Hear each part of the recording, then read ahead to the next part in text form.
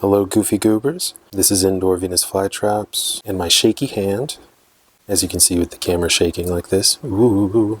I want to give a little update. This is Groon. I need to trim her dead leaves, but she's doing great. I had a run-in with some bad peat I was not prepared for because I've never had issue with peat moss before. I transplanted a bunch of plants and they all started dying overnight. So I'm thinking, okay, it just has like rich mineral content, so I commenced to flushing all of my plants a lot. That alleviates a little bit of the problem, and then I started thinking maybe there isn't a mineral problem with this peat right now.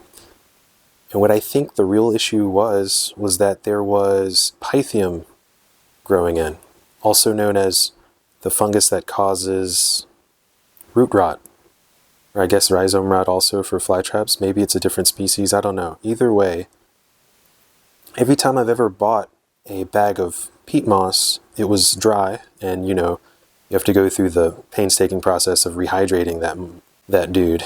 But this bag of peat moss was heavy wet, and I'm thinking, okay, cool, I don't have to rehydrate it. But apparently, I guess something was growing in it because of that wetness. But since then, I've stopped the problem with some biotics. I've got some SLF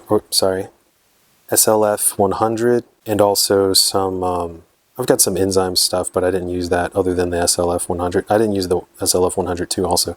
But I also got, of course, my trusty mosquito bits, which has one of the same bacteria in it, and it fights off pythium.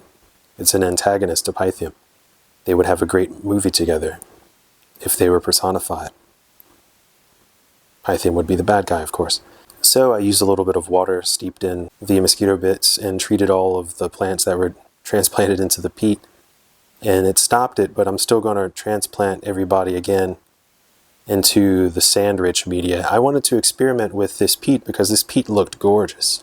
And it is gorgeous. It's still gorgeous. You can't see it because I'm not showing it right now because, well, those plants, the plants that are in it, are just looking pretty miserable right now. But yeah, it was gorgeous peat. So I normally grow in sand-heavy media, and I transferred a whole lot of my fly traps over to a peat-heavy mix just because I loved how luxurious this peat looked.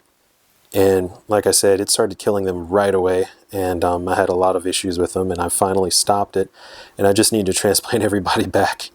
But yeah, that's what's going on so far. Things are good. Got some bananas yesterday.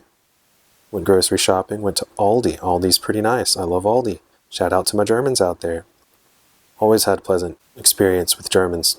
That sounds like a weird statement, but I've worked in service industry a lot over the years, and my German customers have always been so quirky and intelligent people, so I love my Germans out there. Shout out to you guys.